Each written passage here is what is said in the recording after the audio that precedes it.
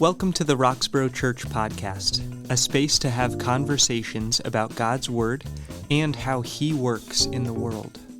Here, we reflect on Sunday sermons, hear different perspectives, and learn from one another. May this episode be a blessing to you before God. In Jesus' name. Have a listen. Hey everybody, welcome back to another episode of Roxborough Church's podcast. My name is Ray Garcia. I am the lead pastor here at Roxborough Church, and I'm excited to have a chance to have us all sit down with my friend Joel Vaughn. Joel, do you want to take a minute and say hi to everybody from the church and just get a chance to introduce yourself? Yeah, so my name is Joel Vaughn, as he said. I currently reside in Nashville, Tennessee with my family. Been married 19 years. I know I don't look old enough to have been married 19 years, but good genes, I suppose, or probably not, depending on what we talked about earlier that you guys don't know about. So I've been married 19 years. We got 2 kids, a 14-year-old daughter and a 9-year-old son. Wow. So, yeah. That's awesome. And what we did talk about earlier was the fact that the conversation came up about running. Mm-hmm. And you're training right now. So yeah. You were just running on the trails here in Philly. Tell us a little bit about what you're training for. Yeah, so I was running on, is it Forbidden Trail? Forbidden Trail. Yeah, which is a creepy name, by the way. It's beautiful, right? Beautiful trail, but I'm thinking, like, I shouldn't be here. Is this the murder trail? Right. What's going on? Now, so I'm currently training with my wife. I'm actually training to help her. I probably run 2 actual events a year, 2 half marathons a year, but I run probably about 10 half marathons a year. Along with training. But this time I'm focused more on helping her because she is helping get money to an organization called Run for Water, who brings clean water to places all around the world, mainly Africa, like gets them wells and stuff installed so that they don't have to travel and walk 20 miles for basic things that we take for granted here in America. Wow. So she's training for that and currently raising money and awareness for that. And it's a noble cause, and we love running anyway. So, like, why not use the feet that we have and the talents that we have to glorify God and help people? Yeah. So, were you both runners before the cause, or me? Yes, her, no. Interesting. Okay, very interesting. So we have both. We've always had So we were talking earlier, kind of about my health journey, and I won't. Yeah. I know it's short on time, but basically, I got very, very sick in 2010, but actually really before that, I found out I had some other health issues that were genetically predisposed, those shallow Alabama gene pools. I'm from my family's from Alabama, so that's the joke. But anyway, I found out I had high blood pressure in my 20s, like very high blood pressure, and I didn't really take it seriously. Then I got injured. Ended up with an injury that should have been very easy to, take care of, nip in the bud, but it didn't have health insurance. It was 2007. Pre-existing conditions kept me from being able to get that injury fixed. Finally got the injury fixed, and then I was sick as a dog, and my doctors, who also went to my church and were very kind, were like, "Hey, dude, your blood work looks like a 76-year-old man's." And I laughed, and they're like, "We're kind of not kidding, and not even a healthy 76-year-old man, like a very sick 76-year-old man." And I was like, "Well, that's not good because I'm only 24." And they're like, "No, it isn't." And so I started running. I wanted to stick around to be married to my wife longer than 5 years. It was a gift to make it that far. But I had people telling me that if I wanted to live to be 27, I needed to change. And so, and they were like, "Look, some people can eat pizza and French fries all the days of their life and never have to walk outside. They can have a different build than you and have perfect blood pressure and perfect arteries, but you don't have that genetic predisposition. Wow. You have to work." And I'm like, "Well, that stinks." So I started running. And so we both have struggled with our health and weight in ways, and weight to me was never the problem. I didn't care about the weight. I was about 240 pounds at this point, which for me was not healthy because I was sick. I'm sick. And my wife, I won't discuss what her weight was because I don't want to get punched. You don't discuss that number. You just don't talk about it. You don't talk about it. So we've always kind of struggled with that. And so after getting through that in 2010, I was like, I don't really want to waste the body that God's given me. Like Yeah. I've used my voice all this time to sing on stage and to lead worship and to tell people about him, and that's all well and good.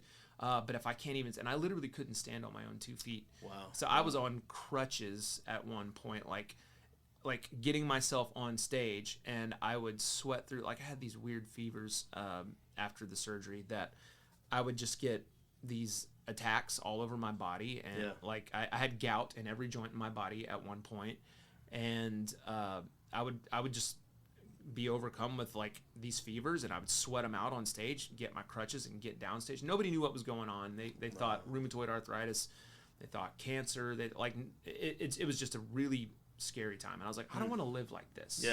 I if God will give me the opportunity to change it, like I'm gonna change it and live life to the fullest, because I want to be around to do what I do and to tell people about Jesus. And someday I want kids, and the very next year, like our daughter was born. So wow. Yeah. So by the grace of God, you are largely healthy now? Yeah, for the most part. Yeah. I found out 4 years ago I got celiac disease, so that was apparently brought on by COVID. That's a side gift, a parting gift that it gave me. So, wow. So now I can't have bread. Right. Which, when we brought him into Philly and gave him a cheesesteak, made it very complicated. It was interesting. Yeah. It's like everybody's eating this bread around me, and I'm like, oh, that looks so delicious. You're not supposed to cause a brother to stumble. I don't care. That's great.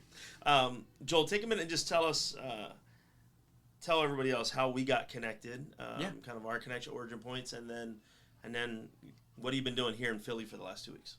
So you and I got connected through youth camp. Berea camp. I don't remember how many years ago now. It was a while. It's been a hot minute. Yeah. And so I would lead worship for the youth camp that you were speaking at, and we got to know each other that way, and now we're here. Yeah. So, friends, Berea is up in New Hampshire. Yeah. Hebron. Hebron, I think. Hebron. Yeah. It's on a beautiful lake. Beautiful. Newfound lake. That's right. Yeah. Mm-hmm. So we're actually doing that camp this year. We do it just about every year. I thought we weren't doing it this year, and then they called us, and I was like, oh, that's no, awesome. I have to be on a vacation on the lake and lead worship. Darn. But yeah, that's how we met, and then we've been leading worship for the Philly Project for the last, I guess, almost 2 weeks now. And it's been a gift. It's been amazing. Like I love coming up this way. I know we're not in New England. What do you consider Philadelphia? It's not New England. No. And we're in the greater Northeast. Yeah, so New England starts at Connecticut? Yeah, whatever's above New York. Whatever's above New York. So this maybe way, maybe Massachusetts, probably part of the New England area. I'm up here all the time, but I'm always like, I don't know. I know Pennsylvania is not New England, but it starts to look the same. Yeah. And the reason it starts to look the same is because nowhere has air conditioning. Nowhere, you guys. Got it. It feels the same. Yeah. There's been a lot of gifts that have come through the connections that we've been able to make through Berea, and so shout out to them. Real thankful for their ministry up there, and it's been great having Joel here with us. It's been great. You did a concert last week, which was awesome, and then led worship on Sunday here at our church. So if you didn't get a chance to see that, you can check that out online. Just a great time. Really excited for the way this week is going to close out. But Joel, just want to give everybody else a chance to get to know you a little bit. So I'm going to walk us through a couple of questions, and if the question doesn't reach, go wherever you want with it. Cool. So here's the first thing I was wondering. Through your work, as you travel around, as you lead worship, as you perform in places, what are some of the things that you've seen God doing? What are some ways that you've seen God at work? I know that you're kind of on a stage looking out to people and then hearing testimony and story of what you're doing, of what they're doing. But what are some of the things that you're like, oh, that's pretty cool to see God at work there? Yeah, a lot. It's different depending on where I'm at. So I lead worship probably about 50% of the time. The other 50% of the time I'm doing concerts and singing my own songs. In the context of going out and doing these tours, these concerts, I've seen some things that have kind of blown my mind. Honestly, I've seen things that have blown my mind on both sides of things. Yeah. I know that some people like worship and that aren't they the same? They are, but they're a little. I look at what I do with my music as less vertical and more like this is stories about like life as being a human and as it relates to God and how he's intervened in my life and changed things, and sharing those God stories. Yes. That's what my ministry is, right? Yeah. But also leading worship. So in the context of the music thing that I do, I've had some pretty incredible things happen. One of them that sticks out in my mind that I tell a lot of people about because it blew my mind. There's a lot of things or a lot of times that I'm traveling, either driving in a 15-passenger van for 15 hours, or I've flown, 6 flights in the last 4 days, or I've been in a tour bus which sounds luxurious, it's not. You're with 14 other people, and you get on each other's nerves after about 5 days, and it starts to get smelly. This inside scoop right here. Yeah, you get tired. You don't get to shower very often. So like it wears on you, I guess is what I'm getting at. No matter what you're doing, it's just travel and being in 30 different places at once, waking up like you're on a different stage every night. It wears on you. And then it's what also starts to wear on you is like, I have 2 kids and I have a wife. I miss them. I want to see them. They miss me. They want to see me. Yeah. And so you're sitting here going like, well, what is all this for? Like you do all of this, you get home and you're like, well, the bills are paid, but I ain't got no money, And so you're like, well, like, God, show me something, And sometimes you don't see it, but then something catches you off guard, right? And then you remember why you're doing this. There was a time in Green Bay, Wisconsin. I'll never forget it. I had a song at the time that had gone to Christian radio and had done well in that area. And so it had charted on Billboard. And so a lot of people had heard this song. Yeah. And I did a concert that night. It was not my best concert. I was very tired, whatever. But like it was a standing room only. Like that many people came to watch, and I was humbled by that. I'm like, why did people come to like see me? That was funny to me, but also very encouraging, right? Yeah. Sure. So I get to the merchandise table, and I try to make it a point to talk to people, because I'm not that cool. So I'll stand there and I'll talk to people. And there was a line of people that wanted to meet me and talk to me, shake my hand, sign, whatever. And so I signed a few autographs, and this woman was standing off she was left, and then she was right, and then she was left. She was just kind of trying to move out of people's way. Mm-hmm. But she looked really sad. And she caught my eye immediately, and I was just like, what is her story, And so I noticed that the radio program director of the radio station that had brought me in had, been beside her and talked to her for a minute. I was like, so she's significant. I don't know who this person is. And so everybody left, and so he came up and he introduced her to me. He's like, hey, I just wanted you to introduce this lady to you, and I'm not going to give her name, but she drove 4 hours, like basically one way to get here tonight to see your show. And I was wow. And at first I was like, I'm somebody now. People are driving 4 hours to see my show.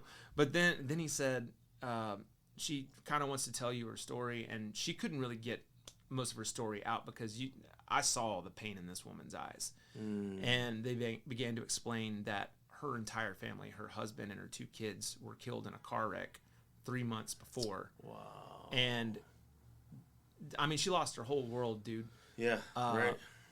And she wanted to come up to me and tell me that the song that I had written is one of the things that had helped her.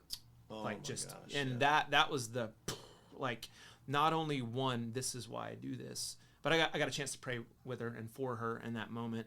But 1, this is why I do this, and 2, it gave me, it shocked me to my senses because I'd grown a little bit complacent. So not just complacent, but like to a point of like I don't know how else to say it, but it's like you see how, not to get into like some things that have happened in CCM right now, but you see people that are like, I know exactly how they are, and like they're not really who they say they are, and this like you just get kind of jaded, right? And so I was at a point where I was a little bit jaded and just angry with the way things were.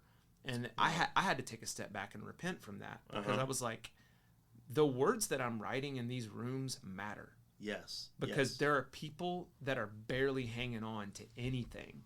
You hear it on a lot of Christian radio stations. It's like they turned the dial and they heard this song and they were 2 steps away from doing something terrible. And it sounds corny, right?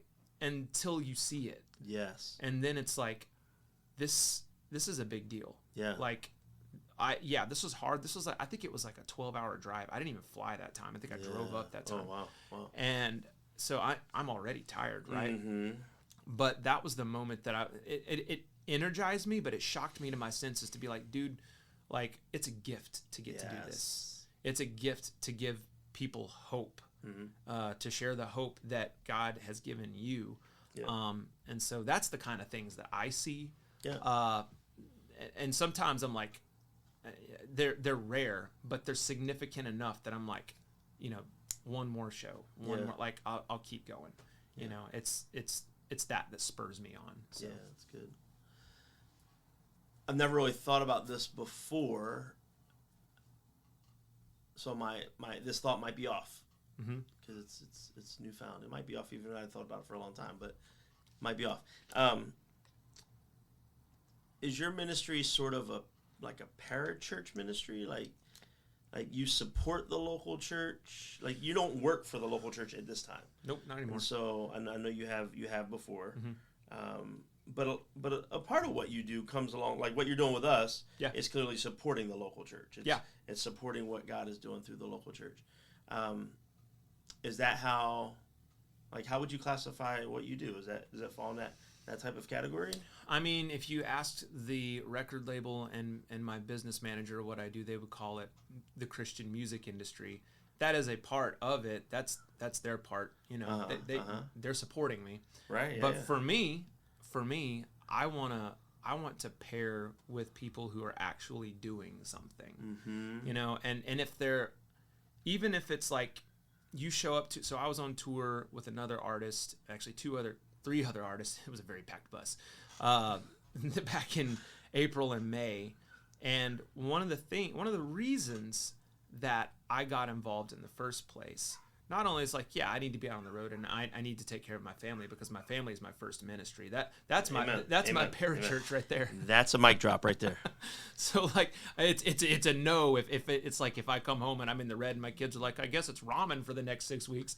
But like besides that's the first thing. But the second thing is like, okay, what are we doing to change people's lives and help them and bring them to a place where you can have a conversation about God, because you can go in and evangelize. I've been a part of events.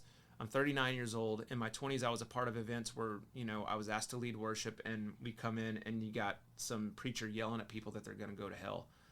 It's like, even if all that's true, what are you doing in this moment to bring them close to the love of Jesus? And I try to be a part of something that's like, we're showing them God's grace and mercy. Like, yes, he is infinitely just. He is God. There is the wrath of God and all of that, but there's the grace of God. He gave us his son, Jesus. And how do you win people over? Oh, I don't know. Let's meet them where they are. Yeah. Novel idea. Like, right. So what I do is I try to work with people, kind of like what you guys are doing with the Philly Project, who are going out into the community, loving people and showing them the love of Christ. Like fixing their houses. Like, I want to know that that's the kind of thing that's going on. Yeah. Not just, all right, we're selling T-shirts, Not that I don't sell T-shirts. I sell T-shirts, but at the end of the day, that's not the important thing. Yeah. Like, the important thing is bringing people to Christ. If we're not doing that, why are we doing this? I might as well be a country singer at that point. And there's nothing wrong with country singers. I'm not throwing them under the bus, but it's like nothing wrong with that at all. I have plenty of friends that are in country bands. It's just, is it entertainment or is it ministry? So I want to know that there's a ministry component. So I don't know that I would classify myself as a parachurch, but I try to be involved with people who are doing something. Yeah. Yeah, it's good. I mean, I think obviously there is an entire industry that you're pointing to. But I wonder if at its best, if that industry exists to bolster what God is doing through the local church. It better, or it's something to really think about. Yeah. If it doesn't, I don't really want to be a part of it, to be perfectly honest. Or I've had friends in the past who have left the Christian music industry because of that word, Christian music industry. And they're like, if this is an industry and I'm just getting a paycheck, like, I want my faith to be my faith and I want to help people. Yeah. But if I'm going to be a part of an industry, I'll go work. It's no different than me going and being a plumber or an electrician or somewhere else, go out into the world, Like, instead of being internal Christian culture entertainment, and that's the fight that we all, or the struggle that we all have. It's like, we know that a little bit of this is entertainment because people want to be entertained, and there's nothing wrong with entertainment. But it gets a little twisted, and it becomes consumerism, and it becomes about the so a lot of times, like that tour, I'll speak on behalf of a nonprofit, right? Yeah. So I'll go out and I'm the guy that nobody wants to see. I'm the dude that's like, hold up your packets, like, let's sponsor a kid. And they're like, and it's the 10 minutes where they're like, can we just get through this? We already paid $35 to see for King and Country. Can you stop talking? Yeah. And I wouldn't do it if I didn't believe in it. Right. And so there is a component to that tour that it's like, all right, we're doing something more than just coming here, showing up, and like, you're going to be entertained. Yep. Okay. That's all well and good. There's nothing wrong with being entertained.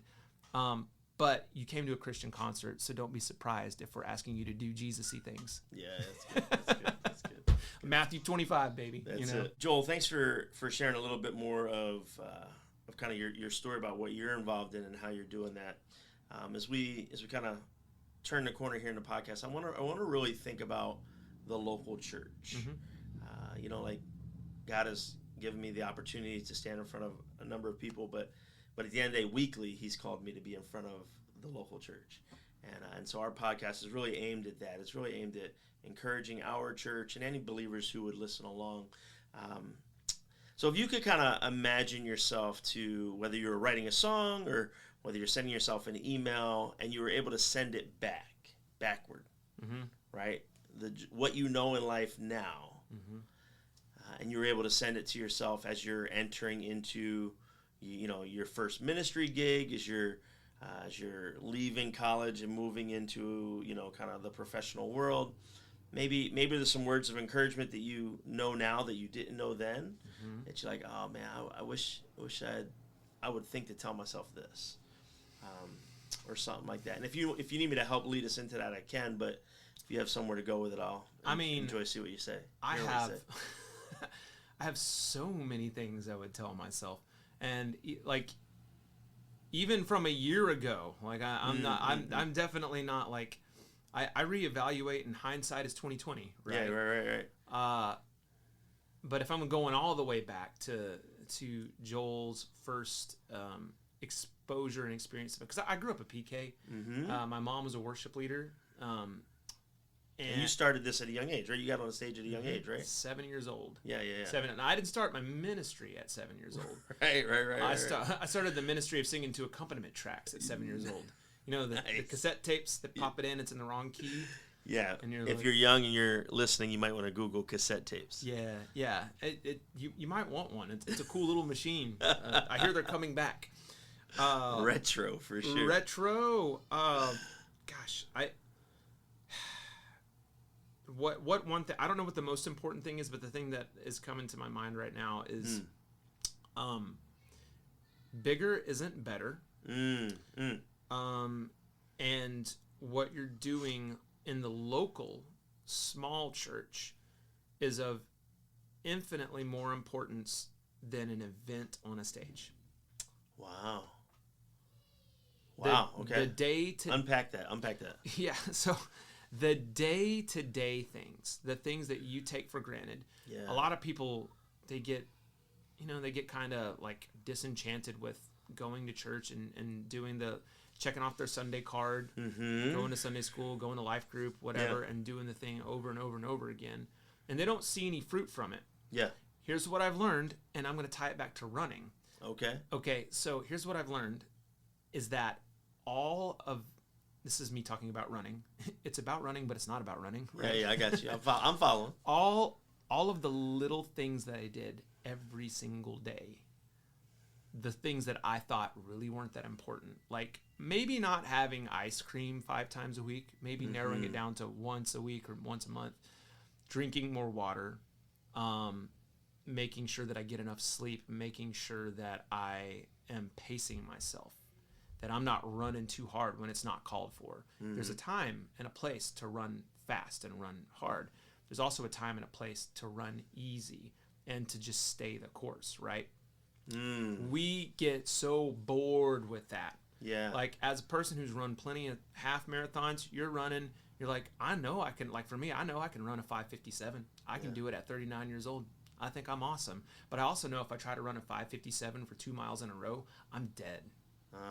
You know? So that kind of goes into the whole, like, either A, you're running on burnout because you're doing too much at church, or B, you get distracted by shiny things and you think that what you're doing isn't important. But I guarantee if you stopped and you pulled away from the church, doing the little things, serving in the church, you'll find that there is a backtracking that kind of happens. So, like, if I stopped running today, it wouldn't take but a month for me to, my blood pressure to go up a little bit. Mm-hmm. It wouldn't happen all of a sudden.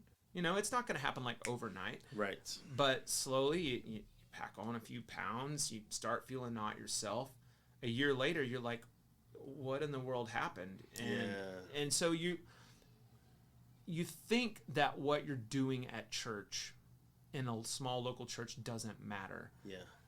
And this isn't really about your health. It's not really about that. So just kind of pulling away from that. But it does matter. It matters for your spiritual health. Yeah. But it also matters for the people around you. Because you are going to get so many more chances to speak into someone else's life. Mm-hmm. Maybe not even that. Maybe it's not speaking into someone's life, but like doing something that leads to an encounter with Jesus. That's right. Serving at the church. And it seems, and this is not a push for like, because I don't work at a church anymore, right? Mm-hmm. So it's not like, I'm not sitting here trying to be like, this is your push to serve, but it's your push to serve, right? Yeah. You may feel like serving in the nursery isn't all that important, or that like tossing a plate so that people can give isn't important. But if all of those steps and all of those things are missed, there are missed opportunities to speak into people's lives and to share the gospel with them. And also serving in the local church versus, and I've worked in a very large mega church. I've worked in a church with, I don't even really know how many members. I'd heard somewhere between 18 and 20,000 members at one point. Wow. So when I say a mega church, I mean like Texas mega church. Very Texas, I mean. So I've seen both. I don't think there's a quote unquote wrong way to do church, but I feel like at that level, it becomes more about the platform than it becomes about the people. Yeah. And not always its own fault, but like it's like everything has to be perfect because you don't want to be a distraction. Yeah. So it becomes the ministry of don't be a distraction, right? And so people often gravitate to these larger churches because they have this wonderful worship band, they have a coffee shop, the air conditioning is really nice. Real nice. The pastor has a great sermon, and there's nothing inherently wrong with those things. That's right. And if you go to one of those churches, awesome, good for you, and you might even serve in one of those churches. Right. But I have found that the pastors, so like my father-in-law, he's a pastor at a tiny church in Matador, Texas. He's retired now. Mm-hmm. Town has 400 people, and it's like, some of them are the frozen chosen, like they ain't going nowhere. But and you would think like, well, these people are all Christians already and all of that. But there are people that are oil field workers that come in and they just stumble into church one morning. Like your ministry matters in a small church. And don't ever think that because your platform is smaller than somewhere else that it's, and I have to tell myself that all the time because I'm not as successful in music as I want to be. Like I thought I'd be doing Chris Tomlin events by the time I was 29, and here I am 39, and I do large events, but a lot of times I play in parks with 50 people like last week. And dude, awesome. Yeah. Like awesome that I get to do that. Like I still have a voice. I get to use my gift. I get to sing and share what God's done in my life. Bigger isn't better. That's just one thing. Yeah, that's great. That's great.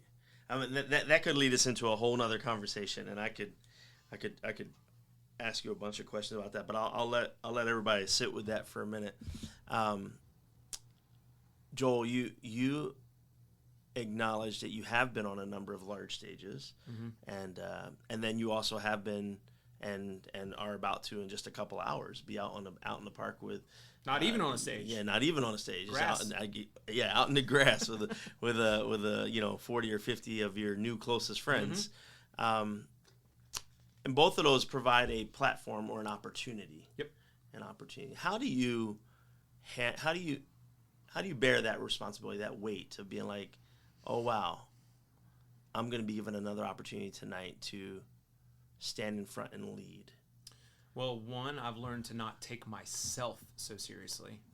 I'm just another white dude with an acoustic guitar. Okay, all right. I'm not saying I'm not talented. I'm just saying, like, we joke, we laugh, and we know that, like, it's just awesome that we even get to do this because, like, I do have other talents. I could go to work and do other things that aren't music related. So, like, the fact that I get to do this is, like, awesome. Number one. Yeah. But number two, on the flip side of that coin, I need to show up and do my best with what I have in that moment. Yeah. Because I don't need to miss an opportunity, right? And my best might not look like the greatest that day, and sometimes I feel like it's funny. Any worship leader will tell you this. Your worship pastor will tell you this, that they feel like everything bombed that day and worship was terrible. There were so many like missed cues and there was off-key singing and like I don't even know what happened. And almost inevitably, every single time, it's kind of off subject, but like somebody comes up and says, I really needed that today. I needed to hear that today. Yeah. And you're like, oh yeah, it's not about me. That's right. That's good. So yeah, and I would imagine for our audience that they would resonate with that thought, right? Because most of them are not going to be on the stage in the way that you are, but they are going to be on their God-given platforms that the Lord allows them to be on. And they are going to need to ask themselves the same question, like, how will I handle this responsibility in this moment? Yep. And that remembering that, okay, like I'm not the center of this. And my role is to just offer my best. Yep. The best that I can this day, which might not be the same as the best I could yesterday or tomorrow, but it's the best I could today. I'm here. And sometimes it's just showing up. Yep. And as a preacher, I can say, I get that. Yeah. I get that. Yeah, that's really helpful. Thank you. Joel, I know you said you're not really in the business of selling T-shirts. And, I mean, I kind of am. Let's be real. And but I'm in a position where I'd like to help the people who I care deeply about connect to you and what you're doing, and support what you're doing. And so, where are those points of connection? How do people follow you or connect to what you're doing? What's the best way to support? You can find me pretty actively on Facebook, but the best starting place is my website. It's www.joelvaughnmusic.com. My name is JoelVaughn, the longest one-syllable word you'll ever have to spell, Vaughn. JoelVaughnmusic.com. Nice. That's a great starting point. You can see where I'm at and what I'm doing. But for the most part, I'm pretty vocal on Facebook. It's just Joel Vaughn Music, Facebook.com/Joel Vaughn Music, and Instagram is Instagram.com/Joel Vaughn Music. Twitter, awesome. I guess it's X now. X. Yeah. I can't. I'm gonna call it Twitter for forever. It's weird. Well, since it's X, what is it called when you actually post an X? Something? Is it a thread? You don't tweet anymore. You don't tweet. X. You X. I guess that's why everybody's going to Threads now. Nobody wanted to do Threads, but I'm seeing that, like, because it's Instagram's version of Twitter. Yeah. It's Twitter. Like, let's be real. Yeah. I've seen a lot of people migrate over to Threads. So you post a thread. So I started saying I posted a thread on X. I was like, well, no, that's not right, because you can't post a thread on X. So I guess you post an X on X. You post an O on X. Is it X's and O's? Like, what are we doing? Yeah. Explain this to me, Grok. If you don't know what Grok is, that's the AI assistant in X.com. There you go. That's also Twitter.com. helpful. There you go. That's also helpful. So we can follow you on social platforms. We can check out your website. Both of those would be great. And obviously, we can if they're around and they're available, they can get out to one of your shows. But do you have merch online and things of the sort? I do.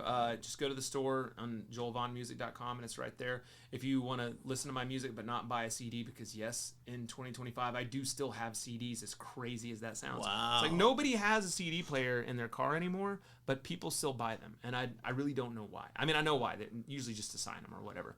Okay. But you can stream my music on all streaming platforms. If you're Spotify, Apple Music, almost at iTunes. Well, I guess iTunes does still kind of exist. YouTube, it's all there. There you go. So Great. You can support me that way. What's your newest? It's a song called Testify, and it's been out for about a month and a half now, and we recently did a new version of it. We just got a mix of it yesterday, and we're sending it out, I think, at the end of the month, right after this other news. Wait, I've been cranking out a lot of new music. A new song called Feel It is coming out. That one is an honest look and thought of, like, I know that you're real, God. I know that you're here, but sometimes, like, I feel like I'm in a desert, and I wish it was easier to feel that. So it's not a popular subject to, like, talk about. It's definitely not a conversation of God, are you real? It's definitely, God, I know you're real, but sometimes it's hard to feel that and feel your presence. So that song's coming out July 25th. That sounds awesome. We'll definitely look to stay connected and keep our people at Roxborough connected. Hey, folks, I want to thank you for jumping on this podcast with us, and I hope you've enjoyed getting to know Joel a little bit. I've thoroughly enjoyed this opportunity. Again, I want to shout out Berea Ministries up in New Hampshire. Thank you for connecting us, and I'll look forward to getting up there again with them and being with the band. But until we get together again, until we get to have Joel back with us, man, may the Lord bless you, and may you continue to follow along in all that the Lord is doing here in the city of Philadelphia. Joel, God bless you, man. Thank you. Hey, God bless you. Thanks for bringing me. Thank you for listening to this episode of the Roxborough Church podcast. We pray that as a result of this time, you may more deeply know God's love, show God's love, and grow in God's love. Remember to follow along online on social media and streams. We'll see you in church.